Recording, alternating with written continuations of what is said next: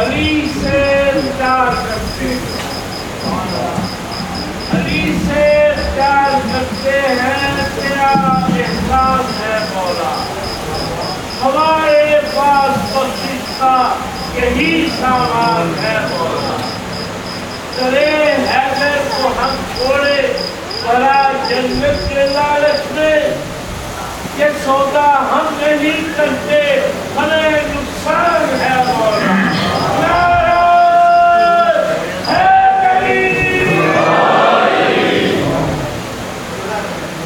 رحم اللہ من قرأ الفاتحہ۔ بسم اللہ الرحمن الرحیم، الحمد للہ الرحمن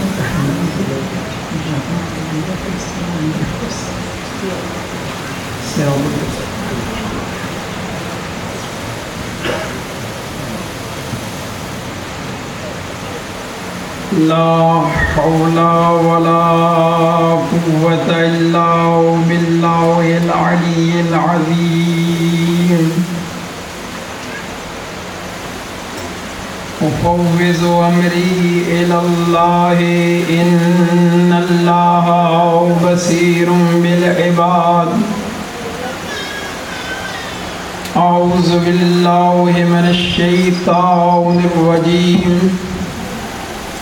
بسم الله الرحمن الرحيم، الحمد لله رب العالمين، الحمد لله الذي علا في توحده ودنا في تفرده، وجل في سلطانه وعظم في أركانه، وأحاط بكل شيء علما وهو في مكانه، وقهر جميع الخلق بقدرته وبرهانه، مجيدا لم يزل ومحمودا لا يزال، بارئ المسموكات ودائع المدهوات، الصلاة والسلام على أول الأوائل في البدايات، وآخر الأواخر في النهايات، مطلع الكمالات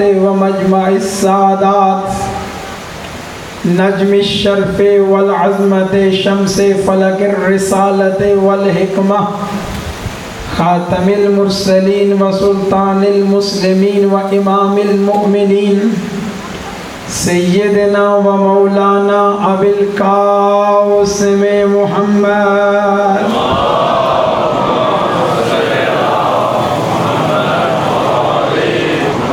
وعلى وصيه وخليفته ووارث علمه ومخزن أسراره ومطلع أنواره، المنصوص بنص من كنت مولاه فهذا علي مولى، المخصوص بتشریف انا مدینة العلم وعلی بابها، اسد اللہ الغالب امیر المؤمنین علی بن ابی طالب،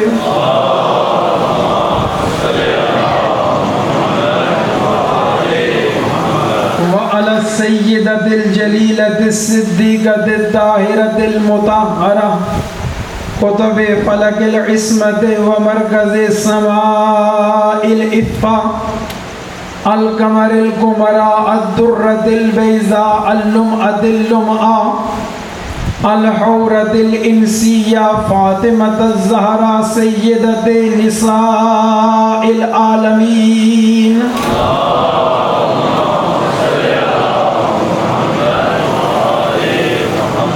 وعلى أولادها الطيبين الطاهرين المعصومين، لا سيما الإمام المبين والكافي الحسين وغياث المستر المستقيم، سيدنا ومولانا وهادينا بالحق وإمام المنتظر، ولعنة الله على أعدائهم أجمعين من يوم عداوتهم إلى يوم الدين، أما بعد فقد قال اللہ تعالی فی کتابہ المجید وفرقانہ الحمید وقولہ الحق بسم اللہ الرحمن الرحیم انما ولیکم اللہ ورسولہ والذین آمنوا الذین یقیمون الصلاة ویؤتون الزکاة وہم راکعون. صلوات پڑھ لیجیے.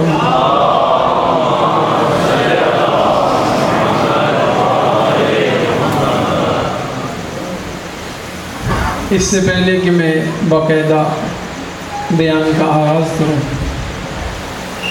اپنے نوجوان بھائیوں سے گزارش کروں گا تھوڑا تھوڑا آگے آ جائیں. یہ جگہ ہے کیونکہ جو آدمی بعد میں وہاں سے آگے آتا ہے تو ایک تو آپ کو تکلیف ہوتی ہے، دوسرا اس سے تکلیف ہوتی ہے.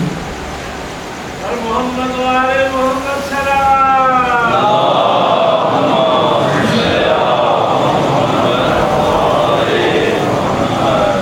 ماشاءاللہ ایک صلوات پڑھیں. آپ بھی تھوڑے تھوڑے آگے آ جائیں تاکہ اگر کوئی اندر آنا چاہے آ جائیں.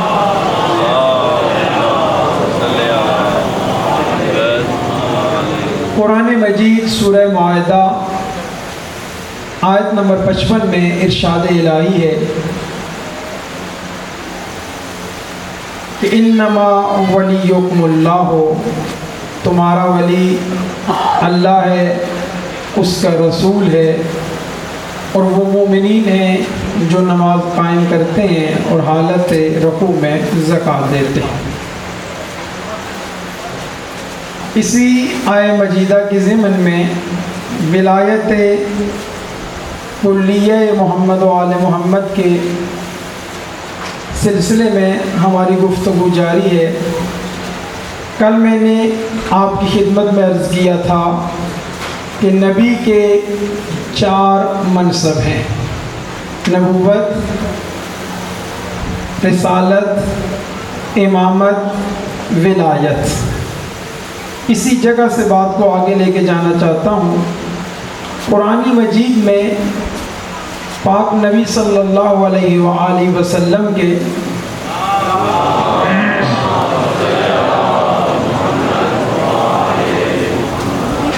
منصب امامت اور ولایت کے حساب سے ان کے لیے واضح طور پر خطاب نہیں آیا. زیادہ تر خطاب جو ہے وہ من حیث النبی انہیں بلایا گیا یا اللہ نے من حیث الرسول انہیں خطاب کیا. کل اس کے ضمن میں نے آپ کی خدمت میں آیات بھی تلاوت کی تھی اور یہ بھی بتایا تھا کہ قرآن میں 29 مرتبہ نبی کا لفظ آیا، کئی مرتبہ رسول کا لفظ آیا، امام کا بھی آیا، لیکن نبی کو اس طرح مخاطب نہیں کیا گیا. سوال یہ ذہن میں پیدا ہوتا ہے کہ جب منصب چاروں پاک نبی کے ہیں تو پھر ان 2 منصبوں کے ساتھ خطاب کیوں نہیں ہوا؟ اس کا جواب جو علماء نے بیان فرمایا کہ آپ تک پہنچا رہا ہے، اس کی وجہ یہ ہے کہ یہ جو پہلے 2 منصب ہیں نبوت اور رسالت، یہ خاص ہیں پاک نبی کے لیے. خاص سے مراد یہ نہیں کہ پہلے انبیاء نہیں تھے، رسول کی بات نہیں عرض کر رہا، اب نبی اور ائمہ کی بات چل رہی ہے. یہ جو 2 منصب ہیں یہ خاص ہیں پاک نبی کے لیے، ان کے بعد نبوت ختم ہے، رسالت ختم ہے، لیکن امامت ختم نہیں ہے. توجہ فرما رہے ہیں؟ ولایت ختم نہیں ہے. اس لیے ان 2 منصبوں کے ساتھ نبی کو بلایا گیا، خطاب کیا گیا، لیکن جو بعد والے 2 منصب ہیں ان کے ساتھ نہیں بلایا گیا. اور یہ بھی میں نے آپ کی خدمت میں عرض کیا تھا کہ یہ امامت اور ولایت کا منصب جو ہے اس کا باطن کے ساتھ تعلق ہے، فعل کے ساتھ تعلق ہے. یہ ان دونوں مناصب سے کئی درجہ اونچے ہیں. اور ایسا بھی نہیں ہے کہ نبی جب نبی نہیں تھے تو امام یا ولی نہیں تھے، یہ سب کچھ تھے. اسی بات کو جب معصوم سے پوچھا گیا تو معصوم علیہ السلام نے فرمایا کہ ان الیہودی شر ان الناسبی شر من الیہودی. کہ ناسبی جو ہوتا ہے، دشمن آل بیت جو ہوتا ہے، وہ وجہ عرض کرنا چاہتا ہوں، وہ یہودی سے بدتر ہوتا ہے. حالانکہ ظاہراً وہ لا الہ الا اللہ کہہ رہا ہے، سب کچھ کر رہا ہے، لیکن امام یہ فرما رہے ہیں، صادق زبان یہ کہہ رہی ہے کہ وہ یہودی سے بدتر ہے. قیلا، عرض کیا گیا، کیف یبن رسول اللہ، یہ کیسے ہو سکتا ہے؟ تو معصوم نے ارشاد فرمایا کہ ان الیہودی منع لطف النبوت وہو خاص بالنبی، کہ یہودی نے فقط لطف نبوت کا انکار کیا، منصب نبوت کا انکار کیا، اور وہ خاص ہے پاک نبی کے ساتھ. وَلَكِنَّ النَّاسِبی منع لطف الامامت، لیکن ناسبی جو ہے یہ امامت کا انکار کر رہا ہے. پس یہ منصب خاص نہیں ہے نبی کے ساتھ، چونکہ اس نے بعد میں بھی چلنا تھا. اب آئیے ذرا آیہ مجیدہ پر توجہ فرمائیں. آیہ میں اللہ کیا فرما رہا ہے؟ ولی کتنے ہیں؟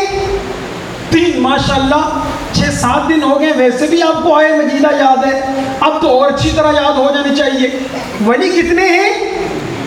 بولے تاکہ بار والوں کو پتہ چلے. ماشاءاللہ 3 ولی ہیں. کون کون سے؟ اللہ، اس کا رسول، اور وہ جو حالت رکوع میں زکوٰۃ دینے والے.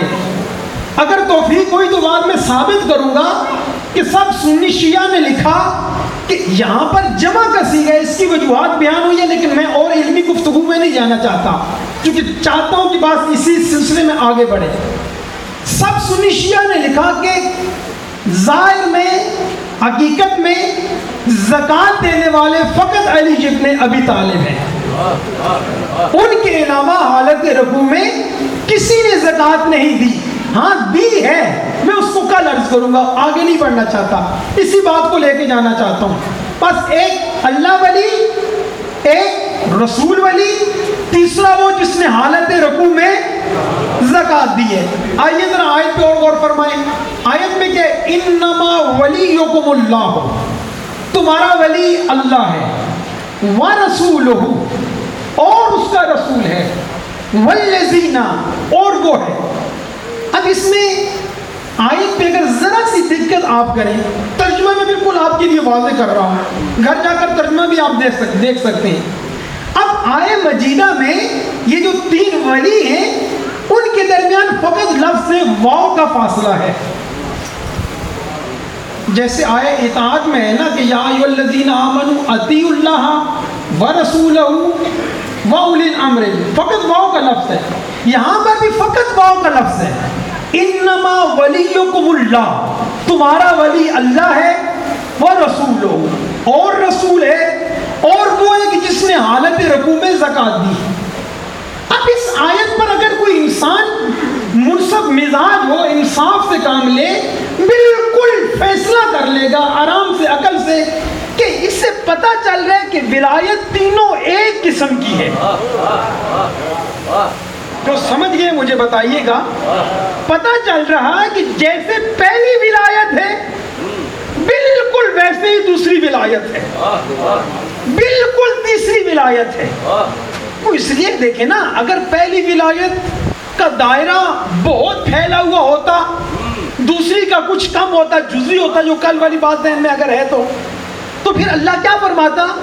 یہاں آیہ کریمہ میں بھی قید کرتا کہ پہلا ولی جو اللہ ہے اس کی اتنی ولایت ہے، جو رسول ہے اس کی اتنی ولایت ہے، جس نے رکوع میں زکوٰۃ دی ہے اس کی اتنی ولایت ہے. بس تینوں ولایتیں کتنی ہیں؟ ایک جیسی ہیں، بالکل ذرہ بھر فرق نہیں ہے. میں پھر جملہ دوبارہ کہتا ہوں، بالفاظ دیگر جتنی ولایت اللہ کی ہے، بات پہنچ رہی ہے آپ تک؟ دیکھیں کل ہم نے عرض کیا تھا کہ انبیاء اور اولیاء کے پاس کتنی کتنی ولایتیں ہیں. ٹھیک ہے، یہ نہیں سمجھ رہے ہوں گے بات، میں پوری تقریر نہیں کرنا چاہتا دوبارہ. اب دیکھنا ہے کہ پاک نبی اور ان کے بعد یعنی کل 14 معصومین کے پاس کتنی ولایت؟ آج یہ عرض کرنا چاہتا ہوں. تو آیے کریمہ میں کیا ہے؟ جتنی ولایت پاک پروردگار کی ہے بالکل اتنی ولایت پاک نبی کی ہے، اور بالکل اتنی ولایت اس کی ہے جو حالت رکوع میں زکوٰۃ دینے والا ہے. اسی طرح باقی روایات کے ضمن سے پتہ چلتا ہے باقی ائمہ اور پاک جناب سیدہ کے پاس بھی وہی ولایت ہے.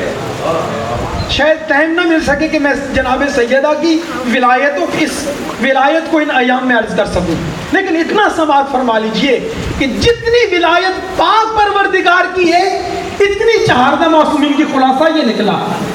جو ولایت جیسی ولایت اس وحدہ لا شریک اللہ کی ہے ویسے ہی ان 14 کی ہے. دیکھیے نا، وہ کل حدیث میں نے عرض کی تھی، میں ایک دفعہ پھر اس کا تکرار کروں جو کل لوگ نہیں تھے تاکہ وہ بھی آ جائیں اور بات کو میں آگے بڑھا دوں. دعائے افتتاح میں کیا فرمایا؟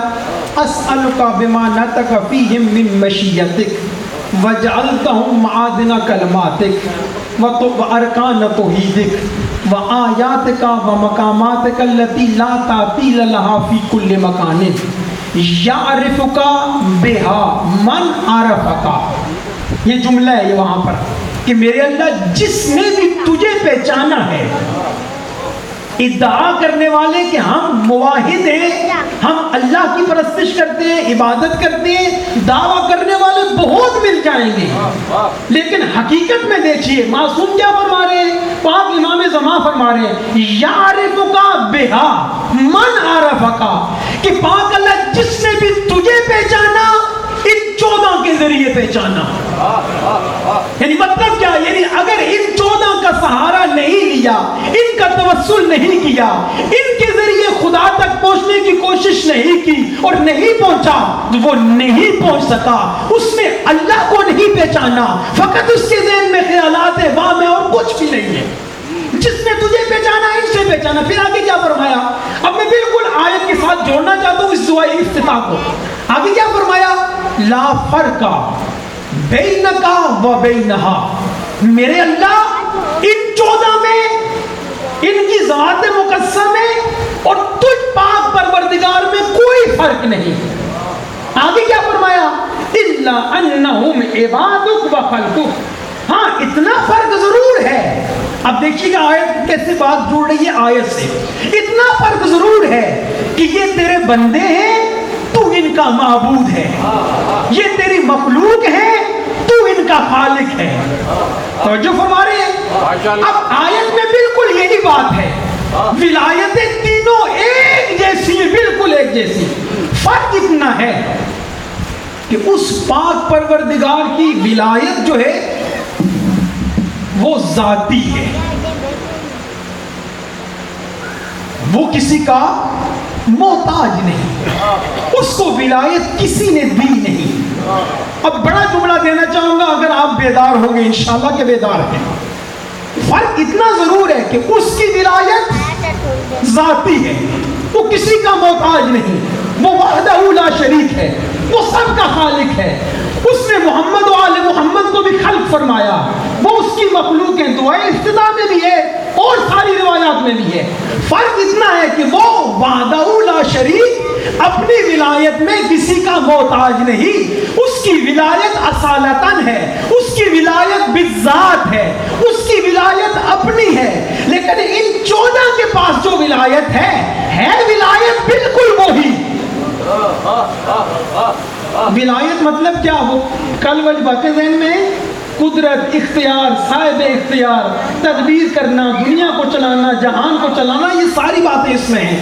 اب جب میں ولایت کہا کروں ساری باتیں ذہن میں لایا کریں. اب جتنی ولایت اس پاک پروردگار کی ہے اتنی 14 کی ہے. فرق اتنا ہے اس کی ذاتی ہے، ان 14 کو اس اللہ نے عطا فرمائی ہے. خدا کی قسم کھاؤں ممبروں سے یہ بات اس طرح یہ تبیین نہیں ہوتی. اگر ہوتی ہے تو مجھے بعد میں بتائیے گا. بات وہ کہاں سے کہاں چلی جاتی ہے. ان کی ولایت ابھی انشاءاللہ آج کل میں بڑے مطالب کھولیں گے. ان کی ولایت اس کی عطا کردہ ہے، اس نے عطا فرمائی ہے. اب ایک جملہ کہوں گا، پریشان نہیں ہونا آپ نے. بہت بڑا جملہ عرض کرنا چاہتا ہوں، ولایت اس کی طرف سے، ٹھیک ہوگی بات؟ یعنی بالغیر ہے، یہ محتاج ہے کس کے؟ اگلا جملہ کہہ رہا ہوں، شاید بات پریشان ہو جائیں لیکن میں پریشان نہیں ہونے دوں گا۔ اور یہ 14 معصومین پوری کائنات میں سب سے زیادہ اس پروردگار کے محتاج ہے۔ شاید بعض ویلائی لوگ پریشان ہو گئے جو مولائی ہیں، یہ کیا کہہ دیا اس نے کہ یہ 14 معصومین، لیکن جب تبیین کروں گا تو انشاءاللہ لطف لیں گے۔ یہ 14 معصومین، یہ 14 معصومین پوری کائنات میں انبیاء، ملائکہ، انسان سب سے اکٹھا کریں، ان میں سب سے زیادہ یہ اللہ کے محتاج ہے۔ بات سمجھ آ گئی ہے؟ آگے بڑھے، پریشان تو نہیں ہے نا؟ کیا ہے یہ ایک دفعہ جملہ آپ کہیں، لیکن ہو سکتا ہے آپ نہ بھی کہیں کہ ہم کیوں محمد و آل محمد کو محتاج کہیں۔ بعض لوگ کہتے ہیں نا ہم میں کیا جرت ہے، لیکن حقیقت چونکہ ان کا طالب علم ہے اس لیے جرت کر رہا ہوں، چونکہ ان کے معارف ہیں، انہوں نے دیے لہذا پہنچا رہا ہوں۔ یہ پوری کائنات میں سب سے زیادہ اللہ کے بولے کیوں محتاج ہے؟ اب مزہ آئے گا، اس لیے کہ ان کا ظرف پوری کائنات میں سب سے بڑا ہے۔ نہیں ابھی بھی مزہ نہیں آیا، آج مزے کے بغیر جانا بھی نہیں۔ دیکھیں میں نے کیا کہا، جتنی ولایت اللہ کی ہے اتنی ان کے پاس، انبیاء کے پاس اتنی ہے، جتنا اختیار پروردگار کا ہے اتنا اس نے ان 14 کو دیا۔ اس سے بڑا جملہ نہیں ہو سکتا، جتنا اختیار اس پروردگار کے پاس ہے اتنا اس نے ان 14 کو دیا۔ اور اس کی وجوہات بھی میں بیان کروں گا انشاءاللہ توفیق رہی، ٹائم بچا تو، کہ کیوں دیا ان 14 کو۔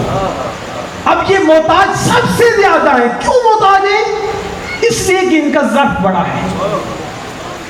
نہیں شاید بزرگ سمجھ گئے ہوں، جوان سمجھ گئے ہوں، یہ بچے نہیں سمجھیں گے، اور میں بغیر سمجھانے کے جانا نہیں چاہتا۔ اب تو ویسے بھی ماشاءاللہ بارش ہو رہی ہے اور بارش کا موسم ہے۔ دیکھیں میں یہ بزرگ بیٹھے ہیں، اللہ پاک ان کی زندگی دراز فرمائے، اور یہ جوان بھی بیٹھے ہیں ماشاءاللہ۔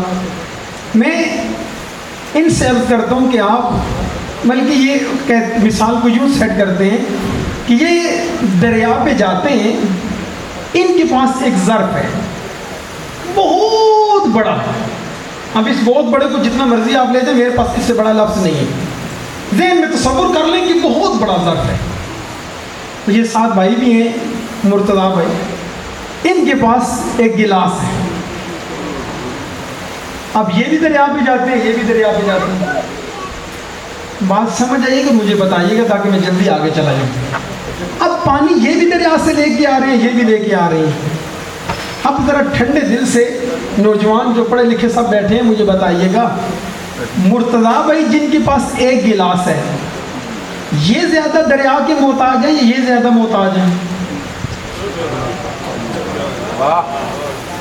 ماشاءاللہ، لگتا ہے فقط آپ کو سمجھ آئی یہ بات۔ اچھا میں دوسرے لفظوں میں کہتا ہوں، زیادہ پانی کی ضرورت ان کو ہے جن کے پاس سے گلاس ہے یا ان کو ہے؟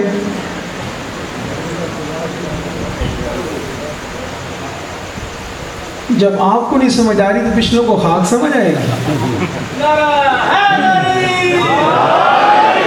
نہیں میں سمجھ جاؤں کہ آپ سمجھ گئے۔ پانی کی کس سے زیادہ ضرورت ہے؟ جن کا بڑا ظرف ہے، واضح سی بات ہے نا بھائی، یار آپ کو سمجھ آ گیا تو آپ تو بتائیں تاکہ بات آگے چلی جائے۔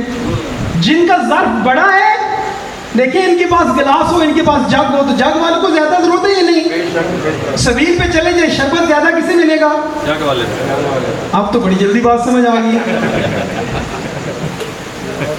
ٹھیک ہے نا؟ جس کا ظرف جتنا بڑھتا جائے گا وہ زیادہ محتاج ہوگا، ہے یا نہیں؟ اچھا میں اور لفظوں میں عرض کرتا ہوں، اب ولایت اللہ کے پاس لینے کے لیے 1,24,000 انبیاء گئے، پاک نبی بھی گئے، علی بھی گئے، اور 12 امام بھی گئے، سیدہ بھی گئی، یعنی اس کی بارگاہ میں ہے۔ اب شخص اللہ نے ولایت دینی ہے. اب جس کے پاس ایک گلاس کتنی گنجائش ہے اس کو اتنی ولایت ملے گی.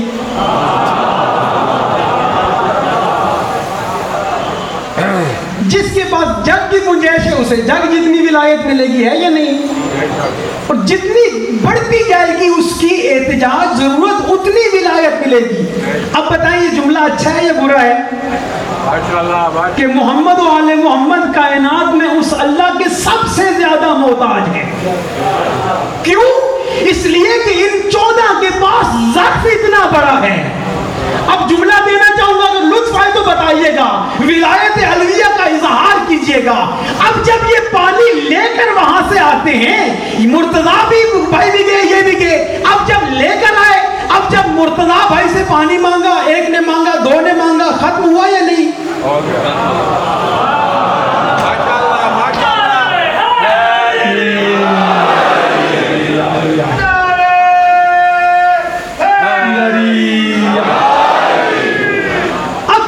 پاس اتنا بڑا ظرف ہے. اب یہ جہاں سے بھی پوری کائنات میں اللہ نے جب سے خلق کیا, اللہ نے ان 14 کو اس وقت سے ولایت عطا فرمائی. یہ نہیں کہ 40 سال کے بعد ولایت ملی نا, جب سے خلق کیا اس وقت سے اللہ نے انہیں ولایت عطا فرمائی. اور کتنی عطا فرمائی؟ جتنی اس کے پاس ہے. اب اگر ان سے کوئی مانگے گا,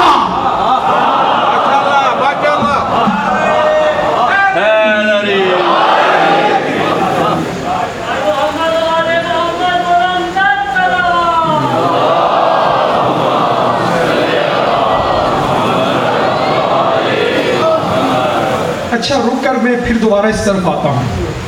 پاک نبی کو اللہ نے امام بھی بنایا اور ولی بھی بنایا.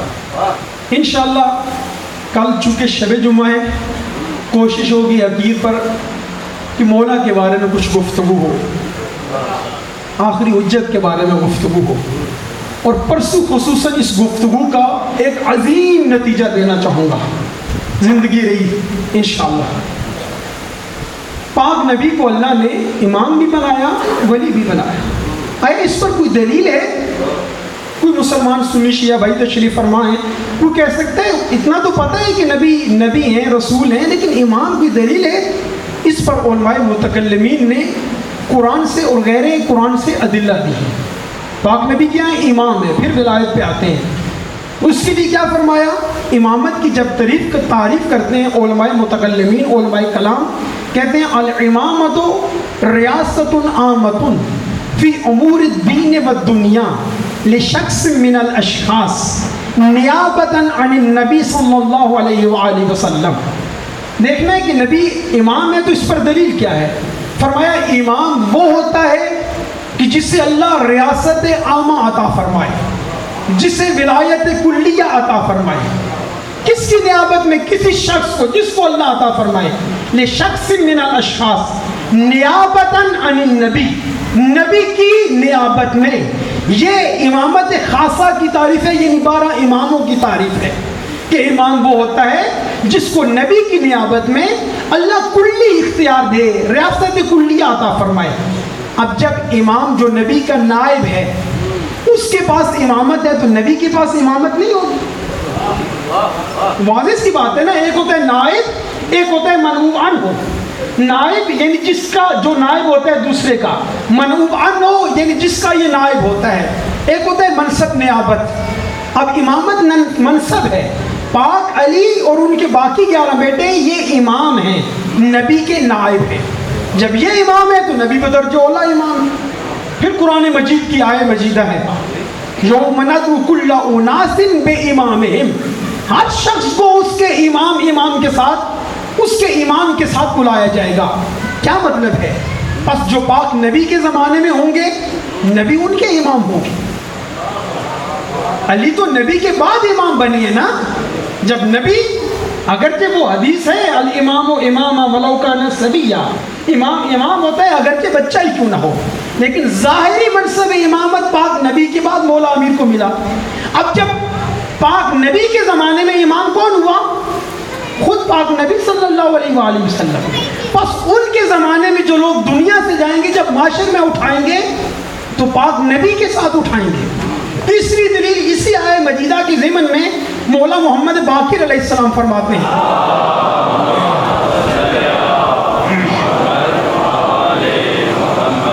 مولا فرماتے ہیں یجیء رسول اللہ صلی اللہ علیہ وآلہ وسلم فی قومہ وعلی فی قومہ والحسن فی قومہ والحسین فی قومہ. پھر آگے فرمایا کہ پاک نبی اپنی قوم کے ساتھ آئیں گے, علی اپنی قوم, حسن اپنی قوم, حسین اپنی قوم کے ساتھ. پھر فرمایا جو نبی جس زمانے میں دنیا سے جائے گا وہ قوم اس کے ساتھ معشور ہوگی. بس اس کا مطلب ہے کہ پاک نبی کے زمانے میں جو دنیا سے گئے ہیں وہ نبی کے ساتھ معشور ہوں گے. اس کا مطلب کیا ہے کہ نبی امام ہے. پھر چھٹے امام نے ارشاد فرمایا انتم واللہ علی دین اللہ, مولا قسم فرما کھا رہے ہیں, خدا کی قسم تم اللہ کے دین پر ہو. پھر فرمایا علی امامنا, فرماتے ہیں علی ہمارے امام ہیں. رسول اللہ امامنا, رسول ہمارے امام ہیں.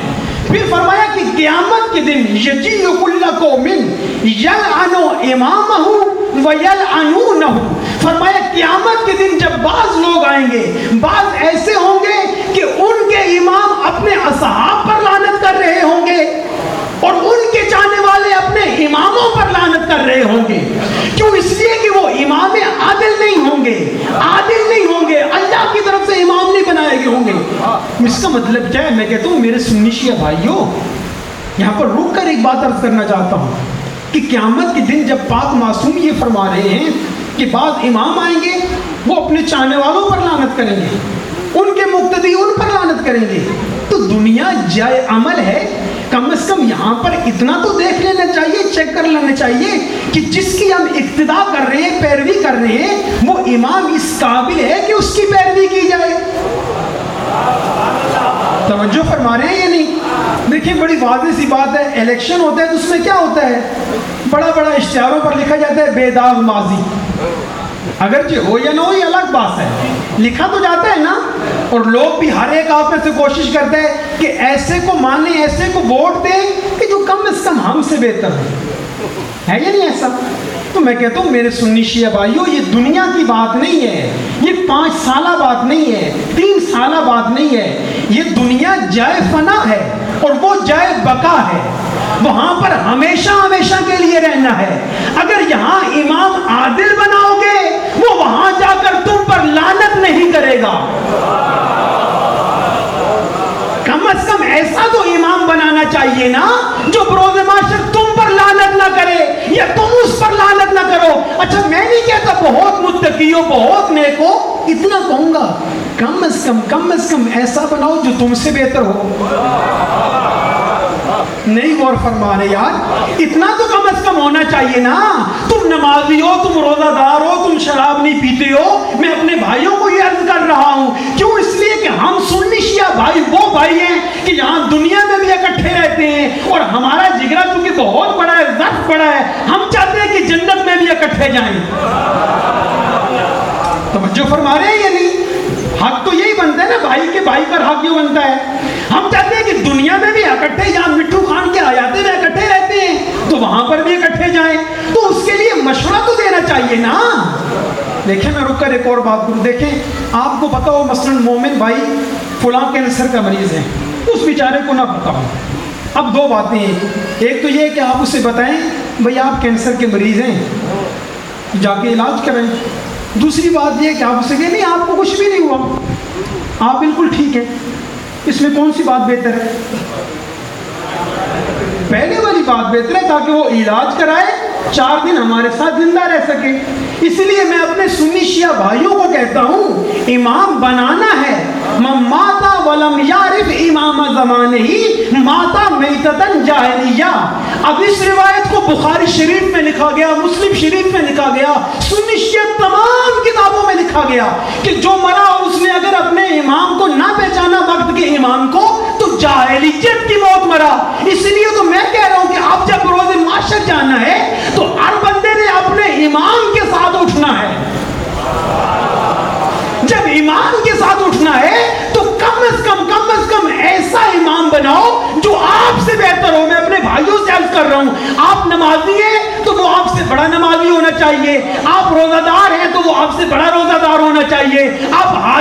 وہ بڑا حاجی ہونا چاہیے. جملہ کہنا چاہتا ہوں, آپ نے اگر شراب کو دیکھا نہیں ہے تو کم از کم ایسا امام بناؤ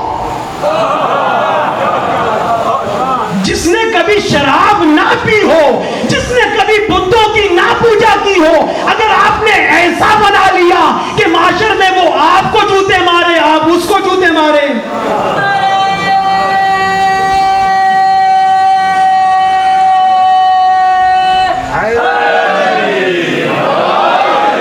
پاک نبی امام بھی ہے, بس امام ایسا بنانا چاہیے کہ جس کو اللہ بنائے, جس کو اللہ نے بنا کے بھیجا ہے, ایسا امام چننا چاہیے. اس سنی شیعہ بھائی مل کر اگر تحقیق کریں تو واضح پتہ چل سکتا ہے کہ کون سا امام ہے جسے اللہ نے بنا کر بھیجا. بس پاک نبی امام بھی ہیں, ولی بھی ہیں. اچھا, ان کی ولایت پر کوئی ادلہ ہیں؟ بس 2-3 دلیلیں دے کر بات کو میں آگے لے جاتا ہوں. کوئی دلیلیں ہیں؟ ہاں. النبی اولا بالمؤمنین من انفسہم وازواجہ امہاتہم, کہ نبی ان کے نفسوں پر ان سے اولا ہے. کیا مطلب؟ یعنی اولا بالتصرف ہے, صاحب اختیار ہے. یہ پہلی روایت ہے کہ پہلی آیہ مجیدہ ہے کہ نبی اولا ہے مومنین پر ان کے نفسوں پر صاحب اختیار ہے, ان سے زیادہ اختیار قدرت رکھتا ہے, طاقت رکھتا ہے. دوسری دلیل یہی آیہ مجیدہ جو روز تلاوت کرتے ہیں, انما ولیکم اللہ ورسولہ والذین آمنوا الذین. پس پتہ چلا کہ نبی ولی بھی ہیں, امام بھی ہیں, ولی بھی ہیں. تیسری آیہ مجیدہ وما ارسلناک الا رحمتا للعالمین, ہم نے آپ کو پورے عالمین کے لیے. یہاں سے میرے سمجھنے سننے والوں کے لیے بات بڑی آسان ہو جائے گی کہ اللہ نے ان کو پوری ولایت عطا فرمائی, کیونکہ پورے عالمین کے لیے کیا بنایا؟ رحمت للعالمین بنا کر بھیجا. اس لیے ان کو جو ولایت عطا فرمائی تو پورے جہانوں والی رحمت, پورے جہانوں پر ولایت عطا فرمائی. دیکھیں, یہ بات میں نے قرآن اور احادیث سے آپ کی خدمت میں عرض کی ہے کہ ان کی ولایت وہ ہے جو اللہ والی ہے. اللہ نے انہیں عطا فرمائی ہے. کس نے عطا فرمائی ہے؟ ایک دفعہ بولے میں بات کو آگے بڑھاؤں. اللہ نے. آیا ان کی ذاتی ہے؟ ان کی اپنی ہے؟ کس نے دی ہے؟ اللہ نے دی ہے. لیکن عجیب سی بات ہے, مجھے سمجھ نہیں آتی کہ جب ولایت دینے والا ان اللہ علی کل شیء قدیر ہے, کہ وہ کسی کا محتاج نہیں, ہر شے پر قادر ہے, تو جب وہ ہر شے پر قادر ہے, ہم جب کہتے ہیں کہ 14 معصومین کو اللہ نے ولایت دی ہے, لوگ پریشان ہو جاتے ہیں, کہتے ہیں یہ کیسے ہو سکتا ہے, اتنی زیادہ ولایت اللہ دے دے. دیکھیں, قرآن مجید میں عجیب سی بات ہے نا, یہ اصل میں دشمنی ہے اس گھرانے سے, بلکہ اس سے بڑا جملہ کہوں, حقیقت میں خدا کی معرفت نہیں ہے لوگوں کو. یہ جو 14 معصومین کے اختیارات دیکھتے ہوئے لوگ ڈر جاتے ہیں نا, اصل میں اللہ کی معرفت نہیں ہے, اس توحید کی معرفت نہیں ہے, اس کی قدرت کی معرفت نہیں ہے. قرآن میں سب آیات جب سنائی جاتی ہیں, علماء کرام سناتے ہیں, لوگ لطف لے کے سنتے ہیں. اسرافیل کے لیے کہا جاتا ہے کہ وہ حیات بخشتا ہے, زندگی دیتا ہے, یعنی ایسا توجہ میری طرف رکھیں, زندگی دیتا ہے, مانتے ہیں؟ ماشاءاللہ, یہ بات تو سارے ہی مانتے ہیں. اسرافیل کے لیے جب کہا جاتا ہے نا کہ اسرافیل زندہ کرتا ہے, زندگی عطا فرماتا ہے, حیات دیتا ہے, سب کہتے ہیں ہاں مانتے ہیں, اللہ پاک نے اسے دی طاقت, وہ دیتا ہے.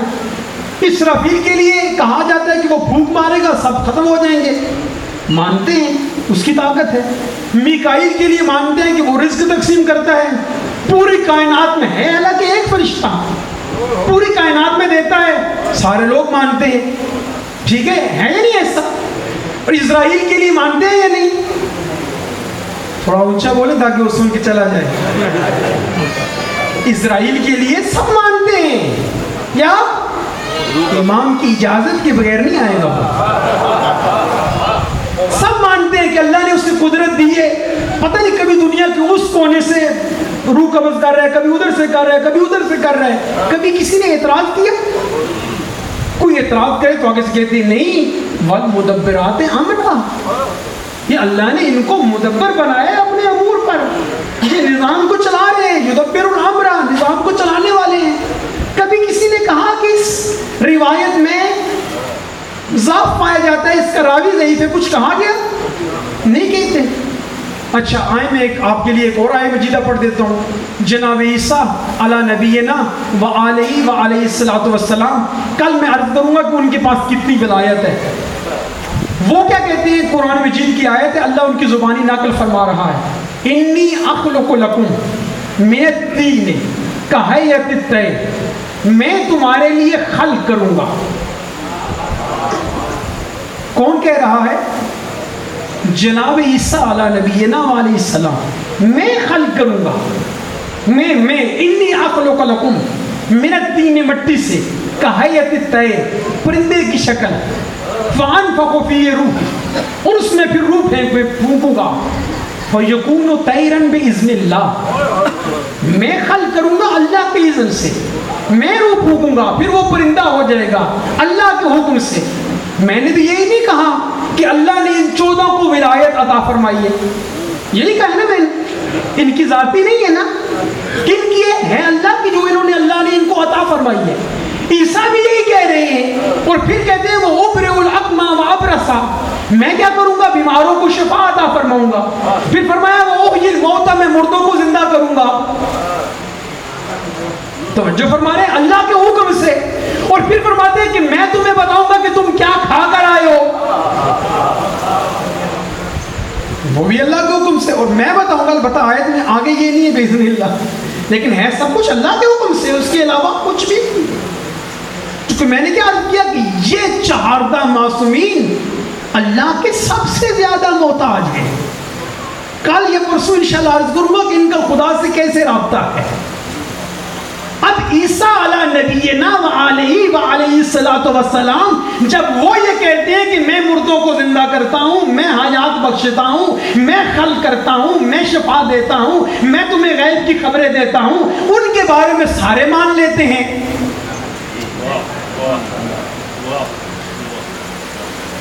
لیکن جب 14 معصومین کی بات آتی ہے سارے اعتراض کرنا شروع کر دیتے ہیں۔ اور افسوس یہ ہے علماء بھی یہاں پر اٹک جاتے ہیں۔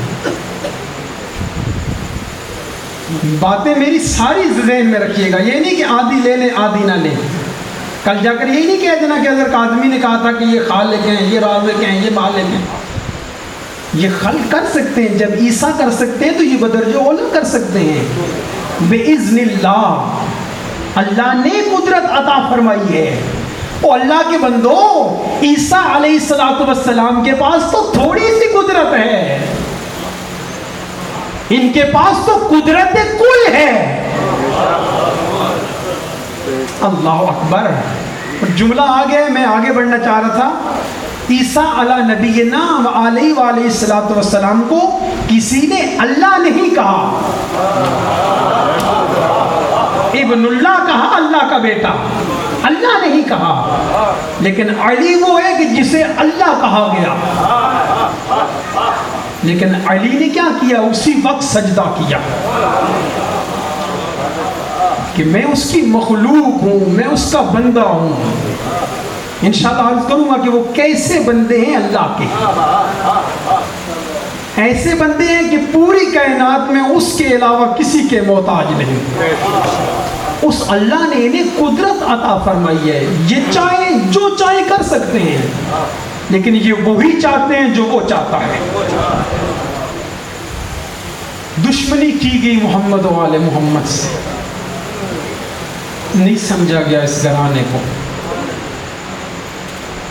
اور میں نے کل بھی عرض کیا ہے کہ دشمنی میں وہ ظلم کیے گئے کہ جن کو انسان سوچ نہیں سکتا۔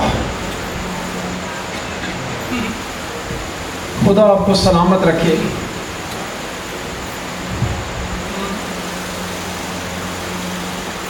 یہ گھرانہ بڑا کریم گھرانہ ہے، جو ان کے جتنا قریب ہوا نا، ابھی میں سیٹلائٹون میں پڑھ رہا تھا وہاں کچھ باتیں اس موضوع پہ ہوئی، یعنی موضوع یہ نہیں تھا، فقط اتنا بتا رہا تھا کہ ان کے در کے علاوہ کوئی در نہیں۔ بعد میں ایک نوجوان آ گیا، زمین پہ بیٹھ گیا، میں نے اسے کہا اوپر بیٹھو، کہا نہیں، کہتا ہے میرا اس گھرانے سے تعلق بنا ہے، دعا کریں آخرت میں بھی مجھے یہی گھرانہ ملے۔ یقین کریں میں قسم نہیں اٹھاتا، یہ گھرانہ بڑا کریم گھرانہ ہے۔ کیوں؟ اس لیے کہ یہ اس پروردگار کے مظہر ہیں، اس کریم اللہ کے مظہر ہیں، اس اللہ نے اپنا کرم انہیں عطا فرمایا ہے، اور اگر وہ اللہ انہیں اپنا کرم نہ دیتا تو ہمیں کیسے پتہ چلتا کہ وہ اللہ کتنا کریم ہے؟ یعرفک بہا من عرفک، جس نے بھی اللہ کو پہچانا ان 14 سے پہچانا ہے۔ اللہ نے ان کو اپنی صفات کا مظہر بنایا، مظہر بنایا کہ تم سے میری صفات ظاہر ہوں گی، لوگ دیکھیں گے تمہیں، مانیں گے مجھے۔ اسی لیے ساری زندگی ان 14 نے اپنے آپ کو نہیں منوایا، اللہ کو منوایا کہ وہ وحدہ لا شریک ہے۔ لہذا یہ بڑے کریم ہیں۔ اللہ تمہیں سلامت رکھے۔ جو میرے بھائی کھڑے ہیں زحمت ہو رہی ہے ان کو، بس چند لازوں کی زحمت ہے، لیکن یاد رکھنا جو اس در پہ آئے ہو نا قسمت کے سکندر، وہ بڑے کریم ہیں، وہ بڑے کریم ہیں، ان کا ظرف بڑا عالی ہے۔ تہران کا ایک واقعہ ہے، 2-3 دن سے سوچ رہا تھا، نہیں بیان کر پاتا تھا، وقت زیادہ ہو جاتا تھا، لیکن اب عرض کرتا ہوں۔ رسول ترک نامی ایک شخص گزرا ہے، ماتمی تھا بہت بڑا، آج سے تقریباً 55 سے 60 سال پہلے۔ اس کے اوپر کتابیں لکھی ہوئی ہیں، میرے پاس موجود ہے، حقیق کے گھر میں ہے، اگر کوئی دیکھنا چاہے۔ ٹائٹل کے اوپر اس کی تصویر ہے بڑی سی، اس سے پتہ بھی چل رہا ہے جو کتاب میں لکھا ہے وہ بعینی حقیقت ہے۔ تہران میں رہتا تھا، ماتمی تھا بہت بڑا، لیکن بیچارے کا کردار اچھا نہیں تھا۔ میں نے چند دن پہلے بھی کہا تھا کہ ان کے چاہنے والوں کے ساتھ محبت کرو، ان کو اپنے سے کبھی دور نہ کرنا۔ یہ ایک حلقے میں دستے میں ماتمداری کرتا تھا، لیکن حلقے والے اس سے تنگ تھے۔ کیوں؟ اس لیے کہ اس کی وجہ سے ظاہراً سب کے آگے بدنام تھے، اس کا کردار اچھا نہیں تھا۔ جب بھی حلقہ لگتا کہتے فلاں رسول ترک کا حلقہ آ گیا ہے، ان ساری محنت بقول ان کی ضائع ہو جاتی۔ ایک دن انہوں نے سوچا، آپس میں صدر سے کہا، جو دستے کا صدر تھا، وہ یار ایسا کر رسول ترک سے کہے مہربانی کر ہمارے حلقے میں نہ آیا کر، میں آل محمد کا کرم دکھانا چاہتا ہوں، کسی اور حلقے میں چلا جایا کر۔ لیکن سارے پریشان تھے، وہ ایسا شخص تھا کہ پولیس بھی اس کے سامنے نہیں آتی، کتاب نے لکھا پولیس بھی اس سے ڈرتی تھی۔ لیکن جب سب نے صدر سے کہا، صدر تیار ہوا، سب ماتمی دیکھ رہے ہیں، سوچ رہے ہیں کہ اب کیا ہوگا، جب یہ جا کر اس سے بات کرے گا تو یہ آگے سے رسول ترک کیا کرے گا اس کے ساتھ۔ صدر گیا، کہتے ہیں رسول ترک، کہتے ہیں ہاں، کہا رسول ترک ہم سب کا فیصلہ ہے، کل سے تو ہمارے حلقے میں نہ آنا۔ یقین کریں کتاب کے بعینی الفاظ ہیں کہ رسول ترک جتنا بدمعاش تھا، جیسا تھا، منہ نیچے کر کے چپ کر کے حلقے سے نکل گیا۔ اس کی ایک اچھی عادت تھی کہ جب بھی مجلس میں آتا تھا نا، آپ تو ماشاءاللہ سارے عزادار باوضو ہو کے آتے ہیں، یقیناً آنا بھی چاہیے۔ یہ جب بھی آتا تھا، جتنی معرفت ہوتی ہے انسان اتنا ہی کر سکتا ہے، یہ کیا کرتا، اپنے ہاتھ دھوتا اور اپنا چہرہ ادھر سے دھو لیتا۔ رسول تو چپ کر کے چلا گیا، تہران کی سنسان گلیاں، یہ گھر چلا گیا، جا کے اپنے بستر پہ لیٹا۔ صاحب کتاب لکھتے ہیں پریشانی کے عالم میں سوچ رہا ہے، انہوں نے حلقے سے نکال دیا ہے، کل جاؤں گا تو کس حلقے میں ماتم کروں گا. رات گزری، صبح کا وقت ہوا، رسول ترک کا دروازہ ہے، دروازے پہ وہی دستے کا صدر ہے، دکل باب کر رہا ہے، دروازہ کھٹکھٹا رہا ہے. رسول ترک باہر نکلا، جو ہی باہر آیا کہتا ہاں کیوں آئے ہیں آپ؟ کہا رسول ترک آج سے ہمارے حلقے میں ضرور آنا. اب کتاب چھپی ہوئی ہے، میں نے آپ کی خدمت میں عرض کر رہا ہوں، میرے پاس موجود ہے، اور وہاں مشہور ہے یہ. رسول ترک کہتے ہیں کس لیے؟ اب یہ صدر اگلی بات اسے بتانا نہیں چاہتا. بھئی یہ بیچارہ، ہر بندے کی اپنی سوچ ہوتی ہے، یہ سمجھ رہا تھا کہ اس کی اتنی معرفت نہیں ہے، اس سے بات بتاؤں گا پتہ نہیں کیا کرے گا، یہ بتانا نہیں چاہ رہا. اس نے کہا وجہ بتاؤ. اس نے کہا نہیں بس ہم نے فیصلہ کیا آپ ضرور آنا. اس نے کہا نہیں، تم نے منع کیا ہے، میں چپ کر کے آ گیا ہوں، اب جب تک وجہ نہیں بتاؤ گے رسول ترک نہیں آئے گا. کہا رسول ترک میں رات کو سویا ہوں، میں نے کیا دیکھا، کربلا کا میدان ہے،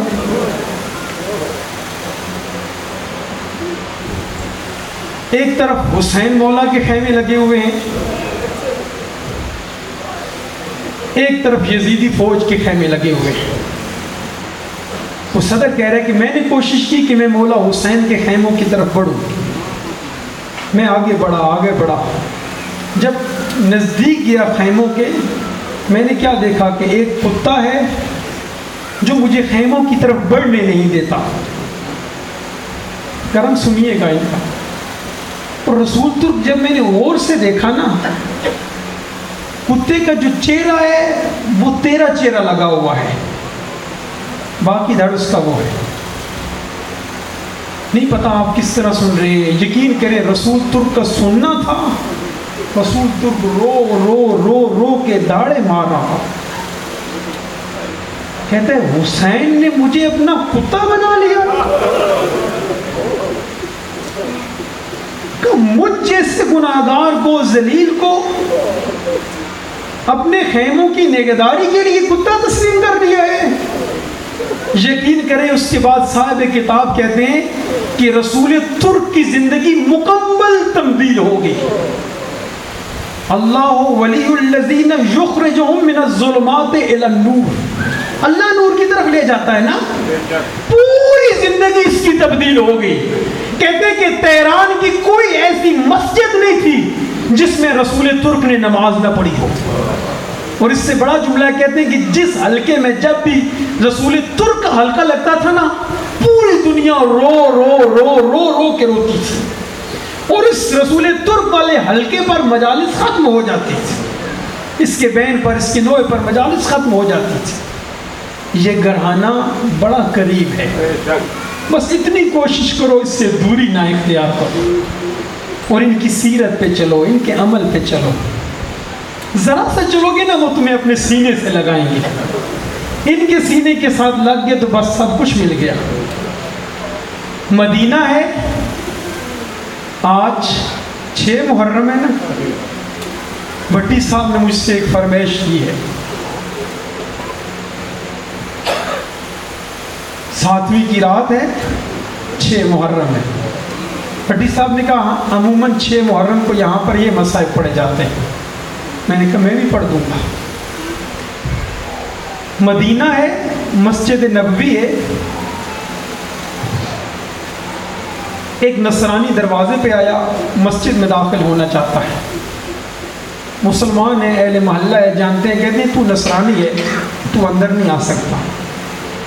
یہ کہتے ہیں رات سے میں مسلمان ہو چکا ہوں، پر میں اب تجدید بیعت کرنا چاہتا ہوں، تجدید اسلام کرنا چاہتا ہوں. اس کو اندر لائے.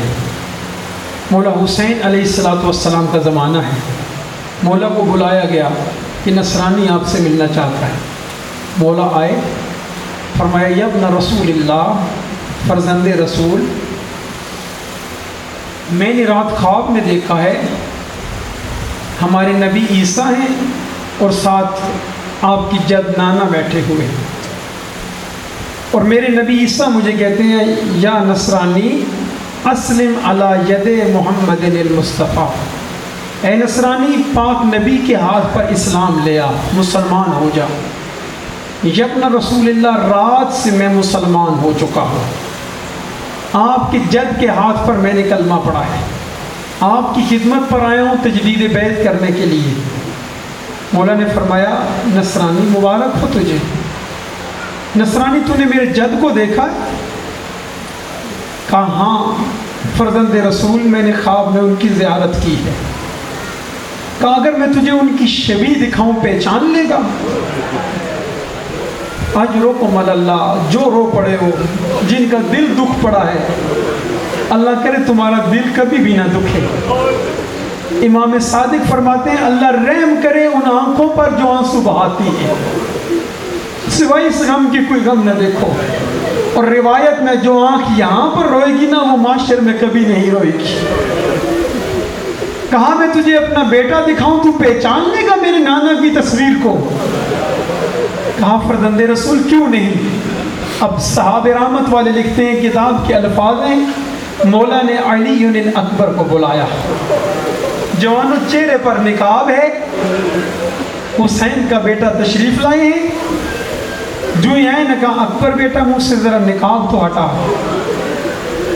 نقاب جو ہی ہٹایا، نصرانی کہتا ہے یبن رسول اللہ، یہ تو بالکل رسول خدا ہے، یہ آپ کا بیٹا تو بالکل آپ کے نانا کی شبیہ ہے، یہ تو بالکل وہی ہے، وہی ہے، بالکل وہی ہے۔ اللہ آپ کو سلامت رکھے، اللہ آپ کا گریہ قبول فرمائے۔ سنو کے بعد والے جملے عزاداروں، رونے والوں، 2 یا 3 دن ہیں، نہ روتے ہوئے کبھی آپ مریں گے، نہ پڑھتے ہوئے کبھی میں مروں گا، اور اگر مر بھی جائیں تو اس سے بڑی سعادت نہیں ہے رونے والوں۔ لہذا اگر گریہ آ جائے تو اس سے برداشت نہ کرنا بلکہ کرنے دینا، جتنی آنکھیں بستی ہیں اسے بسنے دینا، برسنے دینا۔ ہاں رونے والوں، عزاداروں، فرمایا نصرانی یہ بتا کہ اگر تیرا کوئی اس طرح کا بیٹا ہو، وَأَصَابَهُ شَوْكَةٌ، اور اس سے کوئی کانٹا لگ جائے، تو کیا کرے گا؟ رو کر عرض کرتا ہے فرزند رسول اموتو، یبن رسول اللہ اگر کوئی اس طرح کا میرا بیٹا ہو اور اس سے کوئی کانٹا لگ جائے، فرزند رسول میں رو رو کے مر جاؤں گا۔ اور رونے والوں، اس وقت حسین نے کہا نصرانی یاد رکھ، یہی میرا بیٹا ہوگا جو شبیہ رسول ہے، کربلا کا چٹیل میدان ہوگا، یہ کتنے دن کا بھوکا پیاسا ہوگا، میرے نانا کی امت اسے تلواروں سے اربن اربا ٹکڑے ٹکڑے کر دے گی۔ اجرکم اللہ، اس غم کے علاوہ کوئی غم نہ دیکھو۔ ہاں رونے والوں، جب سب اصحاب چلے گئے نا، ایک مرتبہ حسین کا اکبر بیٹا بابا کی خدمت میں آیا، آ کر کہتے بابا سارے اصحاب چلے گئے ہیں، اکبر کو بھی جنگ کی اجازت دے دے۔ کہا اکبر بیٹا تو میرے نانا کی شبیہ ہے، جب تجھے دیکھتا ہوں مجھے نانا یاد آتا ہے۔ اکبر جب بھی ہم مشتاق ہوتے ہیں نانا کے دل، اکبر تجھے کیسے اجازت دے دوں؟ جب اصرار کیا ہے نا رونے والوں، اس وقت مولا نے کہا اچھا اکبر بیٹا اگر جانا ہے نا، ایک مرتبہ خیموں میں جا، پہلے پھوپھیوں کو ودا کر، اپنی ماں کو ودا کر، اکبر بیٹا ایک مرتبہ اپنے بیمار بھائی کو الوداع کر۔ رونے والوں یقین کرنا، آج سے پہلے اس کے بعد والی روایت میں نے نہیں پڑھی تھی چونکہ نظروں سے نہیں گزری تھی۔ آج جب مطالعہ کر رہا تھا نا، ایک روایت میرے سامنے آئی ہے جو میں آپ کو ہدیہ کر رہا ہوں۔ رونے والوں جتنا دل لے چاہا اتنا گریہ کر سکو گے۔ ایک مرتبہ اکبر آئے کدھر؟ وہاں آئے جہاں بھیا سجاد بیمار ہے، اجرکم اللہ بھائی کے پاس آئے نا۔ اب اکبر نے کیا کیا؟ آواز نہیں دی ہے، اپنے رخسار اپنے بھائی کے ہاتھوں کی تلیوں پر لگانا شروع کیے ہیں۔ جب ہاتھوں کی تلیوں پر لگا چکے نا، اس کے بعد سن سکو گے جملہ، ایک مرتبہ چھوٹے بھائی نے بڑے بھائی کے بیمار پاؤں پہ اپنے رخساروں کو لگانا شروع کیا ہے۔ ایک مرتبہ سجاد اٹھے ہیں، رو کر کہا اکبر بھیا یہ تو کیا کر رہا ہے؟ کہا سجاد بھیا جاگ،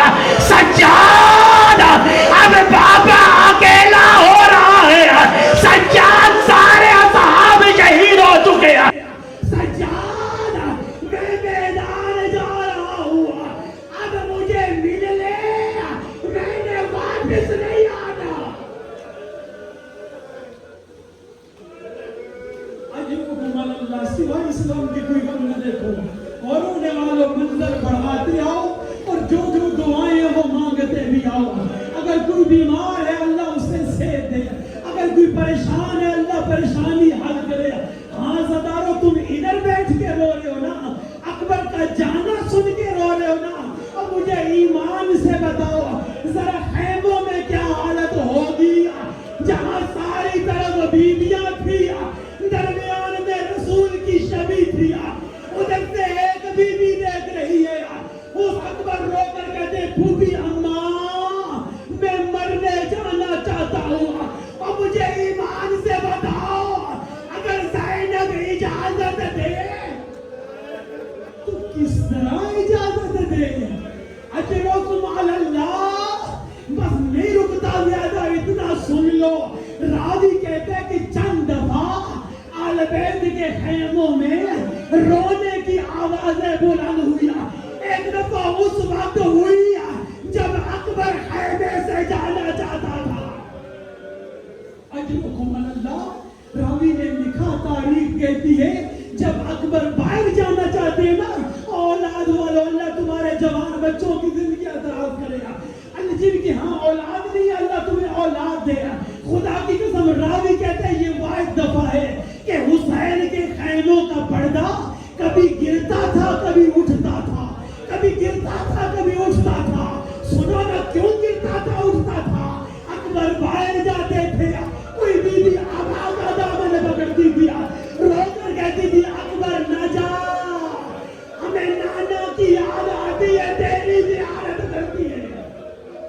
اجرکم علی اللہ، رو کر کونا ہائے لیلا، ہائے زینب، ہائے سکینہ۔ اجرکم علی اللہ، رونے والوں ایک وقت پر نکلے اکبر، جیسے بھی نکلے نہیں پڑھ سکتا، آئے بابا کی خدمت میں، بابا نے نانا کا اسلحہ حمل کیا۔ اس کے بعد حسین نے امامہ اٹھایا، امامہ اٹھا کے ایک تیز رکھا، حسین نے امامہ باندھنا شروع کیا۔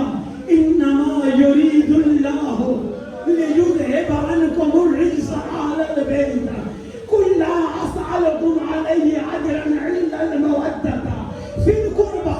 پیٹ رکھتے جاتے ہیں، آیات کی تلاوت کرتے جاتے ہیں، ادھر سے جناب سکینہ دیکھ رہی ہے، آیت پڑھی وبشر الصابرین الذین اذا اصابتهم مصیبۃ قالوا انا للہ وانا الیہ راجعون۔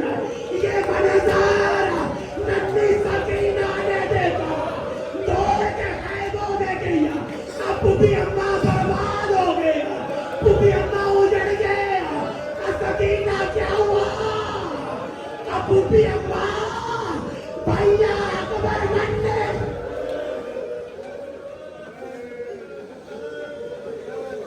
اجرکم علی اللہ، اجرکم علی اللہ، سوائے اسلام کے کوئی غم نہ دیکھو۔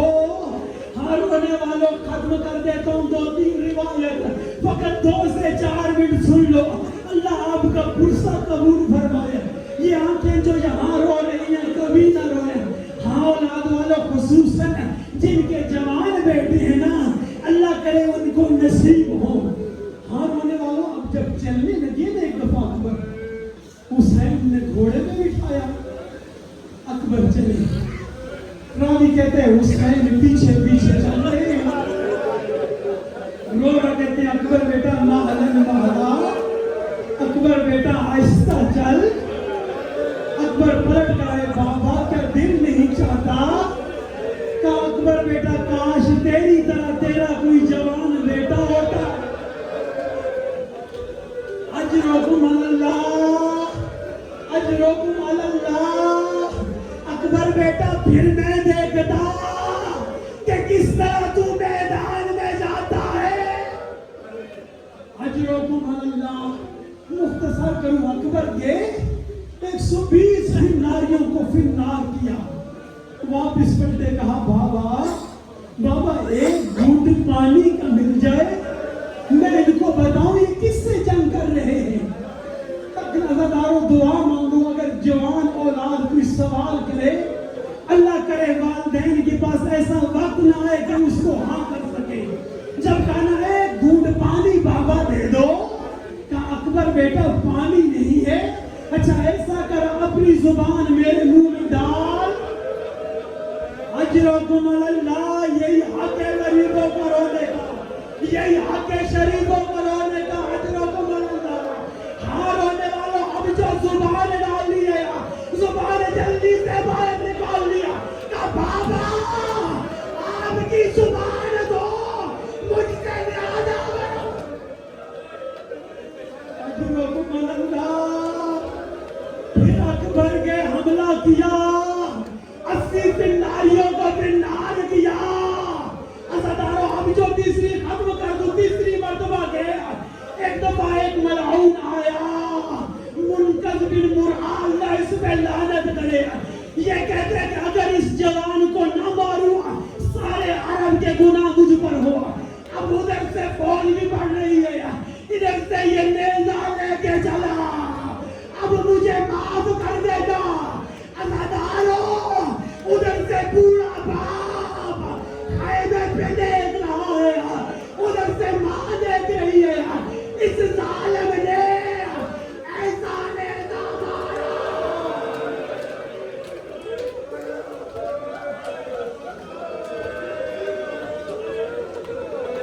اکبر کے بازو گھوڑے پہ آئے. اب گھوڑا اجرکم اللہ, خدا کی قسم ہے تم نہیں سن سکتے ہو. اور مجھے ایمان سے بتاؤ اس حسین کا کیا حالت ہوگا, اس حسین کی کیا حالت ہوگی. اتنا سن لو, اب جب لاشیں پہ آئے ہیں, اب روایت یہ کہتی ہے چند قدم پہلے حسین گھوڑے سے اتر گیا. اب گھوڑے سے اترے, اب لاشیں اکبر پہ کیسے آیا, کہتے ہیں اکبر یا علی, یا علی. اب حسین کیسے آیا, زانو با زانو رفیع, پیدر پر لاشیں بسا